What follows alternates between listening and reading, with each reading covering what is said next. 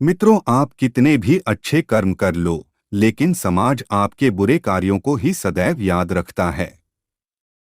इसलिए लोग क्या कहेंगे यह सोचने से बेहतर है कि आप अपना कर्म करें। जन्म लेने वाले के लिए मृत्यु उसी प्रकार निश्चित है जितना कि मरने वाले के लिए जन्म लेना। इसलिए इस विषय पर शोक मनाना व्यर्थ है। गीता में कहा गया है, जो इंसान किसी की कमी को पूरी करता है वो सही अर्थों में महान होता है। तुम्हारे साथ जो हुआ वह अच्छा हुआ, जो हो रहा है वो भी अच्छा है, और जो होगा वो भी अच्छा होगा। गीता के अनुसार जिंदगी में हम कितने सही हैं और कितने गलत हैं यह केवल दो लोग जानते हैं, एक परमात्मा और दूसरी हमारी अंतरात्मा।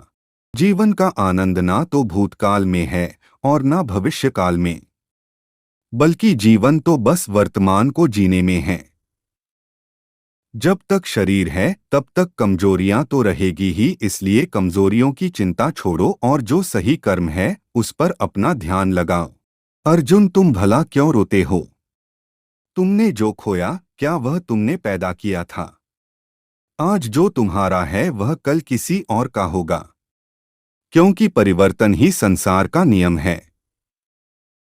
किसी का अच्छा ना कर सको तो बुरा भी मत करना, क्योंकि दुनिया कमजोर है लेकिन दुनिया बनाने वाला नहीं। यदि कोई व्यक्ति विश्वास के साथ इच्छित वस्तु को लेकर नित्य चिंतन करता है तो वह जो चाहे वह बन सकता है। सच्चा धर्म यह है कि जिन बातों को इंसान अपने लिए अच्छा नहीं समझता उन्हें दूसरों के लिए भी प्रयोग ना करें। कोई भी व्यक्ति अपने विश्वास से बनता है। वह जैसा विश्वास करता है उसी अनुरूप बन जाता है। मन अशांत है और उसे नियंत्रित करना कठिन है, लेकिन अभ्यास से इसे वश में किया जा सकता है। मेरे लिए समस्त प्राणी समान हैं। ना तो कोई मुझे अत्यधिक प्रिय है और ना ही कम, लेकिन जो मेरी भक्ति पूरे मन से करते हैं मैं सदैव आवश्यकता पड़ने पर उनके काम आता हूँ। मन की शांति से बढ़कर इस संसार में कोई भी संपत्ति नहीं है। जो मनुष्य फल की इच्छा का त्याग करके केवल कर्म पर ध्यान देता है वह अवश्य ही जीवन में सफल होता है। कोई भी इंसान जन्म से नहीं बल्कि अपने कर्मों से महान बनता है। अपना, पराया, छोटा, बड़ा इत्यादि को भूलकर यह जानो कि यह सब तुम्हारा है और तुम प्रति एक के हो। बिना फल की कामनाएं ही सच्चा कर्म है। ईश्वर चरण में हो समर्पण वही केवल धर्म है। जो व्यक्ति क्रोध करता है उसके मन में भ्रम पैदा होता है, जिससे उसका बौद्धिक तर्क नष्ट हो जाता है और तभी व्यक्ति का धीरे धीरे पतन होने लगता है। गीता में लिखा है, जब इंसान की जरूरत बदल जाती है तब इंसान के बात करने का तरीका बदल जाता है। इस संपूर्ण संसार में अपकीर्ति मृत्यु से भी अधिक खराब होती है। सदैव संदेह करने वाले व्यक्ति के लिए प्रसन्नता ना इस लोक में है ना ही कहीं और। जीवन में सफलता का ताला दो चाबियों से खुलता है, एक कठिन परिश्रम और दूसरा दृढ़ संकल्प। जो मन को नियंत्रित नहीं करते उनके लिए वह शत्रु के समान कार्य करता है। कठिन परिश्रम से बचने के लिए व्यक्ति को भाग्य और ईश्वर की इच्छा जैसे बहानों के बजाय चुनौतियों का सामना करना चाहिए।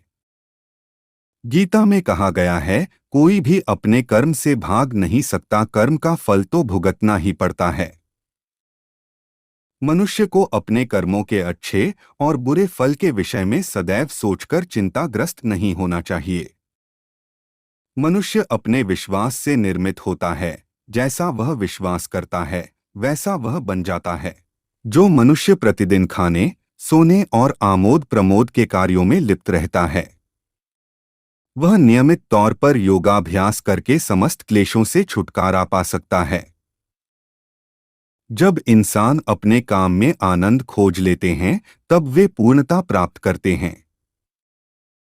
श्रीमद् भागवत गीता का मुख्य उद्देश्य मानव कल्याण करना है। इसलिए प्रत्येक मनुष्य को सदैव मानव कल्याण की ओर अग्रसरित रहना चाहिए।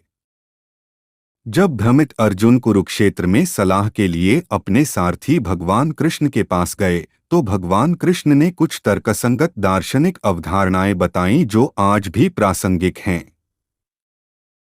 भगवद गीता एक महाकाव्य ग्रंथ है जिसमें हमारी सभी समस्याओं का उत्तर है। स्वतंत्रता आंदोलन के समय कई नेताओं के लिए प्रेरणा की पुस्तक थी। इन कुछ भगवद गीता संदेशों पर एक नज़र डालें जिनका उपयोग आप अपने जीवन को सही रास्ते पर वापस लाने के लिए कर सकते हैं। माफ करना और शांत रहना सीखिए, ऐसी ताकत बन जाओगे कि पहाड़ भी रास्ता देंगे। व्यक्ति को अपनी इंद्रियों को वश में रखने के लिए बुद्धि और मन को नियंत्रित रखना होगा। जो होने वाला है वो होकर ही रहता है, और जो नहीं होने वाला वह कभी नहीं होता। ऐसा निश्चय जिनकी बुद्धि में होता है, उन्हें चिंता कभी नहीं सताती है। किसी भी व्यक्ति को ना तो समय से पहले और ना ही भाग्य से अधिक कुछ मिलता है, लेकिन उसे सदैव पाने के लिए प्रयत्नशील रहना चाहिए। इंसान हमेशा अपने भाग्य को कोसता है, यह जानते हुए भी कि भाग्य से भी ऊंचा उसका कर्म है जिसके स्वयं के हाथों में है। व्यक्ति को आत्मज्ञान के माध्यम से संदेह रूपी अज्ञानता को समाप्त करना चाहिए। मैं उन्हें ज्ञान देता हूं जो सदा मुझसे जुड़े रहते हैं और जो मुझसे प्रेम करते हैं। सत्य कभी दावा नहीं करता कि मैं सत्य हूं, लेकिन झूठ हमेशा दावा करता है कि सिर्फ मैं ही सत्य हूं। परिवर्तन संसार का नियम है। समय के साथ संसार में हर चीज परिवर्तन के नियम का पालन करती है। हालांकि मैं भूत, भविष्य और वर्तमान काल के तीनों जीवों को जानता हूं, लेकिन मुझे वास्तव में कोई नहीं जानता है। संयम, सदाचार, स्नेह एवं सेवा ये गुण सत्संग के बिना नहीं आते। मनुष्य जिस रूप में ईश्वर को याद करता है, ईश्वर भी उसे उसी रूप में दर्शन देते हैं। अपने कर्तव्य का पालन करना ही प्रकृति द्वारा निर्धारित किया हुआ हो, वह कोई पास नहीं है। सज्जन व्यक्तियों को सदैव अच्छा व्यवहार करना चाहिए, क्योंकि इन्हीं के पद चिन्हों पर सामान्य व्यक्ति अपने रास्ते चुनता है। बुद्धिमान को अपनी चेतना को एकजुट करना चाहिए और फल के लिए इच्छा छोड़ देनी चाहिए। मन अवश्य ही चंचल होता है, लेकिन उसे अभ्यास और वैराग्य के माध्यम से वश में लाया जा सकता है। इंद्रियों की दुनिया में कल्पना सुखों की प्रथम शुरुआत है और अंत भी जो दुख को जन्म देता है। इस संपूर्ण संसार में कोई भी व्यक्ति महान नहीं जन्मा होता है, बल्कि उसके कर्म उसे महान बनाते हैं। जीवन में कभी गुस्सा या क्रोध ना करे, यह आपके जीवन के ध्वंस कर देगा। हे पार्थ, मैंने और तुमने अपने कर्तव्यों को निभाने के लिए धरती पर कई अवतार लिए हैं, लेकिन मुझे याद है और तुम्हें नहीं।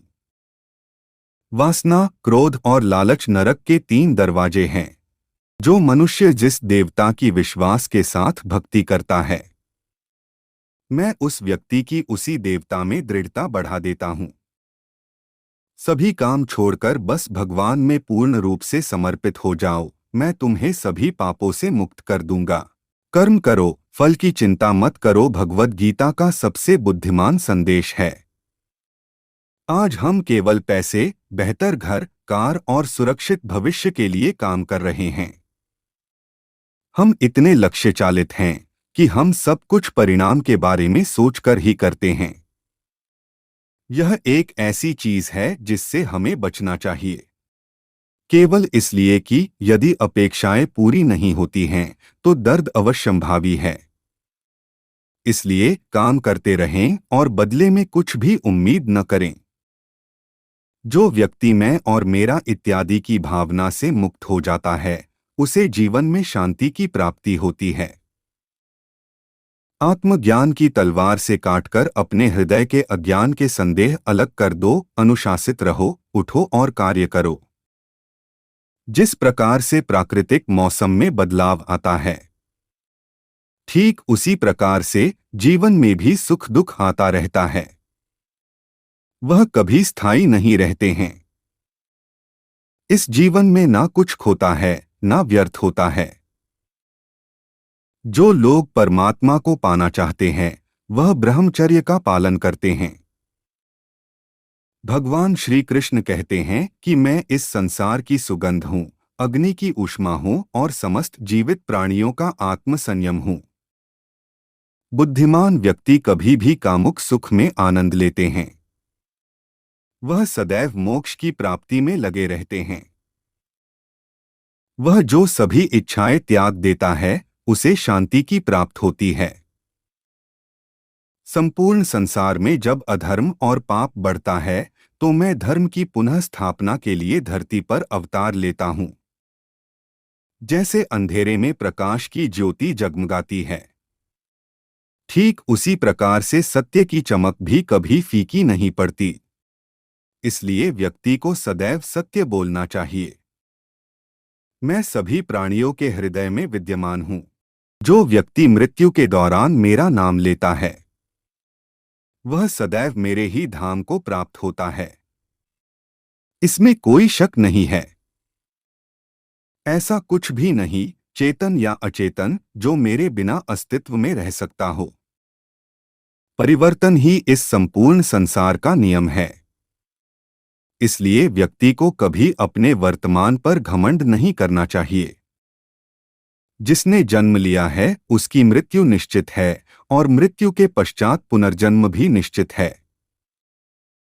मनुष्य का संपूर्ण शरीर 5 तत्वों से मिलकर बना है: अग्नि, जल, वायु, आकाश और पृथ्वी। और अंत में उसके शरीर को इन्हीं पंचतत्वों में ही विलीन हो जाना है। व्यक्ति को अपने आप को सदैव ईश्वर को समर्पित कर देना चाहिए। तभी वह दुखों, चिंता और परेशानियों से मुक्त रह सकता है। प्रत्येक बुद्धिमान व्यक्ति को क्रोध और लोभ त्याग देना चाहिए, क्योंकि इससे आत्मा का पतन होता है। तुम बिना किसी कारण के चिंता करते हो और बेवजह ही घबराते हो। तुम तो आत्मा हो, जिसे ना तो कोई मार सकता है और ना ही जला सकता है। यही जीवन की सच्चाई है, जिसे प्रत्येक व्यक्ति को जानना चाहिए। न तो यह शरीर तुम्हारा है और न ही तुम इस शरीर के मालिक हो। यह शरीर 5 तत्वों से बना है: आग, जल, वायु, पृथ्वी और आकाश। एक दिन यह शरीर इन्हीं 5 तत्वों में विलीन हो जाएगा।